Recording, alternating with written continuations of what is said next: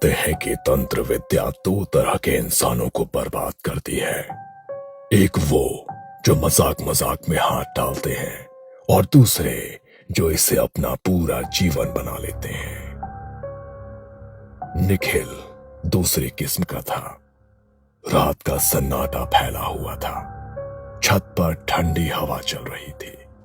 दूर कहीं कुत्ते भौंक रहे थे। आधे खुले आसमान के नीचे एक पुरानी इमारत की छत पर काला कपड़ा बिछा था। चारों तरफ पीली मोमबत्तियां टिमटिमा रही थी। बीच में निखिल बैठा था। दुबली काया, बिखरे बाल, आंखों के नीचे काले गड्ढे, जैसे कई रातों से सोया ना हो। उसके सामने कई पुराने पीले पड़ चुके ग्रंथ फैले थे। शमशान साधना, काली साधना, ये सब पढ़ लिया। असली शक्ति कहां है? वो विद्या जो 1 मिनट में इंसान को अंदर से फाड़ दे। वो एक पुरानी काली जिल्द वाली किताब उठाता है। कवर पर धुंधले अक्षरों में लिखा था, आतापी वातापी विद्या। उस पल जैसे आसमान में हल्की बिजली चमकती है, जैसे किसी ने इस नाम पर मुहर लगा दी हो। निखिल की आंखों में अजीब चमक आ गई। उसे नहीं पता था कि यह सिर्फ 2 राक्षसों का नाम नहीं, बल्कि पेट के अंदर पैदा होने वाली मौत की विद्या थी। वो पन्ने पलटने लगा। किताब के अंदर एक चित्र बना था। 2 राक्षस, एक बकरा बना हुआ, दूसरा उसके ऊपर मंत्र पढ़ रहा है। नीचे छोटे अक्षरों में एक कथा लिखी थी। बहुत पहले की बात है। 2 राक्षस भाई थे, आतापी और वातापी। आतापी मंत्र ज्ञानी, चालाक, वातापी रूप बदलने वाला, खूंखार। वो जंगल में घूमते, थके हारे यात्रियों को देखते और हंसते हुए कहते, आइए यात्रीजन, थक गए होंगे, हमारे आश्रम में भोजन कीजिए। वो एक बकरे को लाते, पर वो कोई साधारण बकरा नहीं होता। आतापी मंत्र पढ़कर अपने भाई वातापी को उस बकरे के रूप में बांध देता। फिर उसी बकरे का मांस पकाकर यात्रियों को खिलाया जाता। जब सब पेट भरकर खा लेते, आतापी आसमान की तरफ हाथ उठाकर जोर से मंत्र बोलता, वातापी बाहर आ।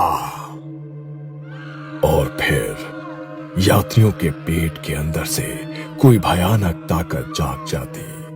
ऐसा लगता जैसे अंदर से कुछ धक्का दे रहा हो, कुछ फाड़ रहा हो। चीखें जंगल में गूंज उठती और देखते देखते उनके पेट भीतर से फट जाते।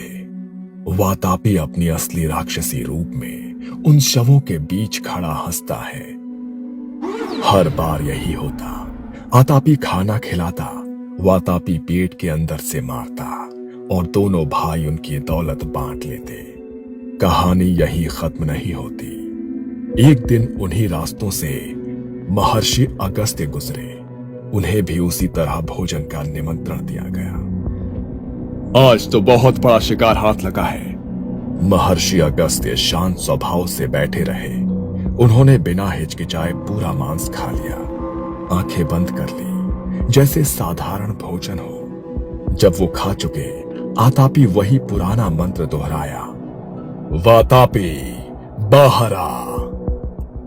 जंगल एक क्षण को सन्नाटे में डूब गया।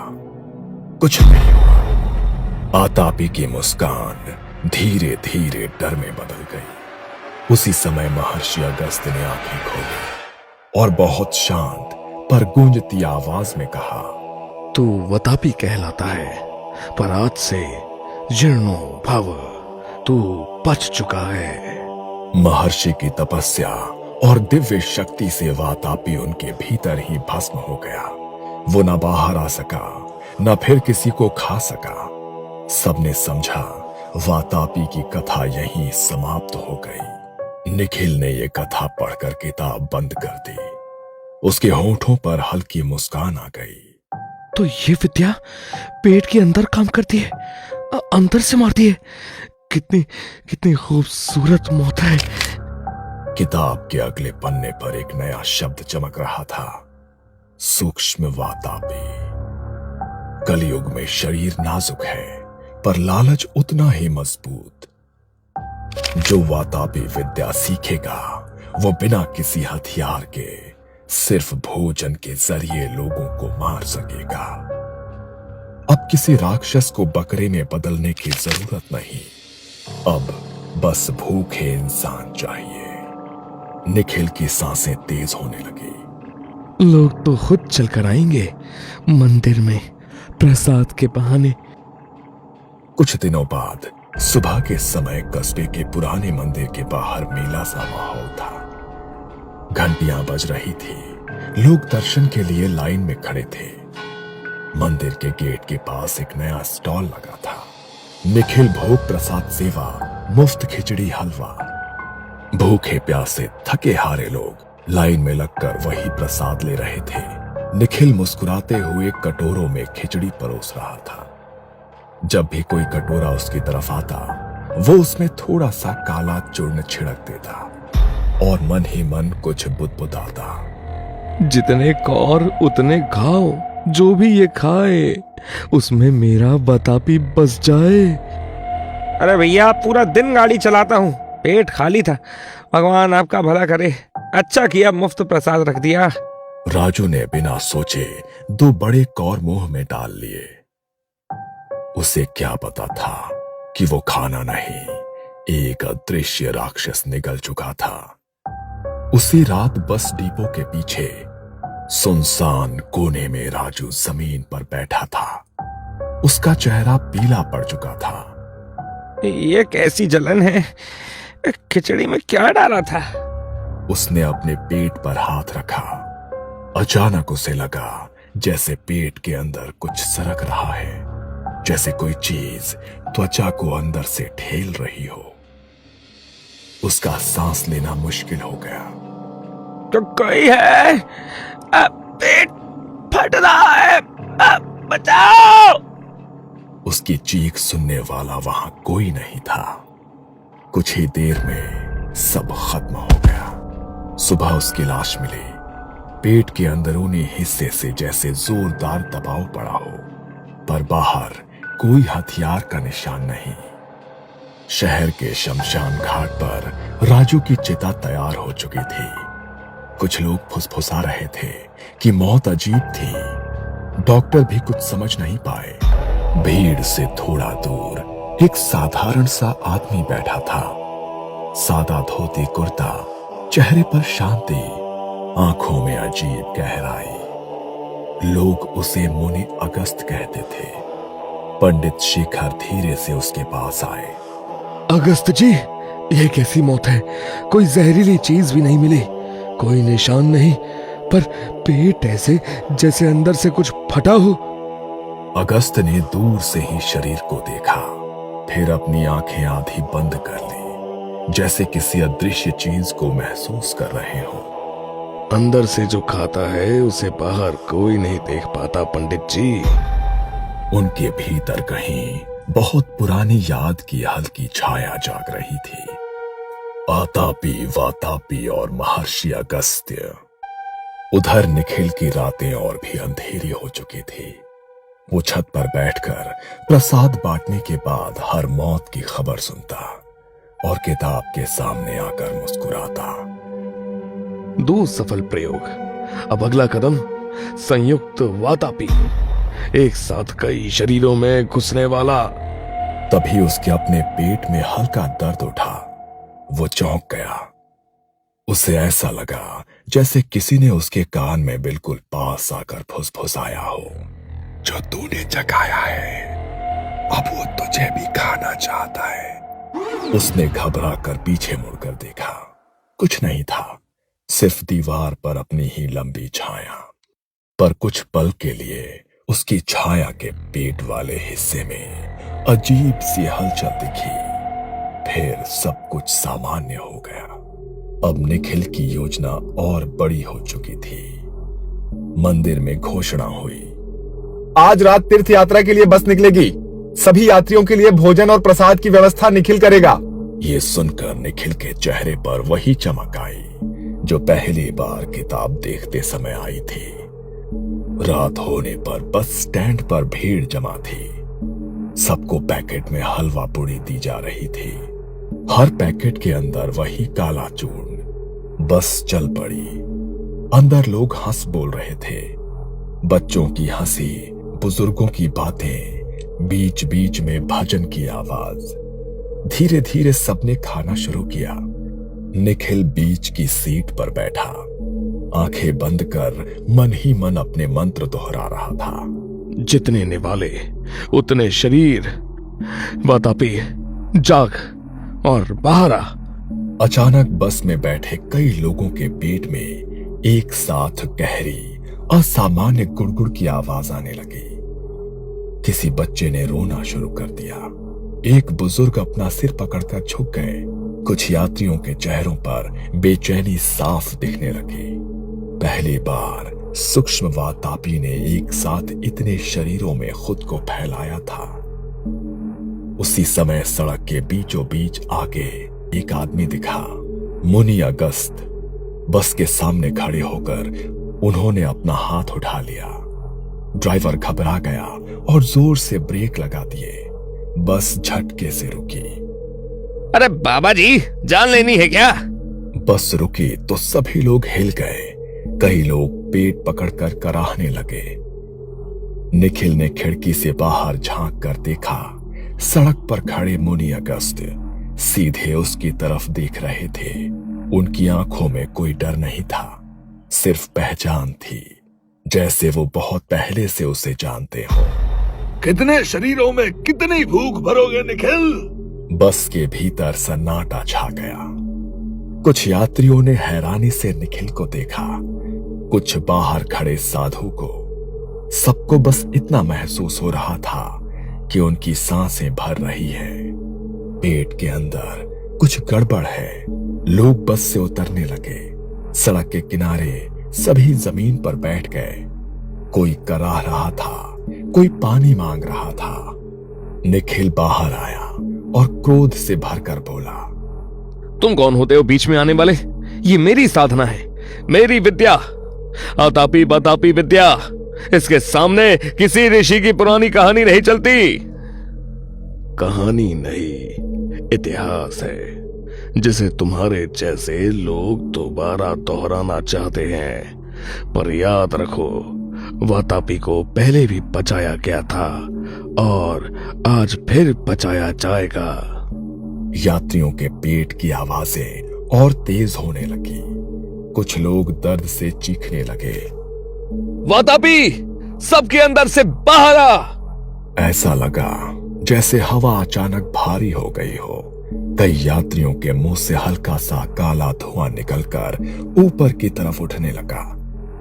वो धुआं एक जगह जमा होता गया और धीरे धीरे एक भयानक, विशाल, पेट उभरे हुए राक्षसी आकार में ढलने लगा। आंखें नजर नहीं आ रही थी, पर उसकी भूख महसूस हो रही थी।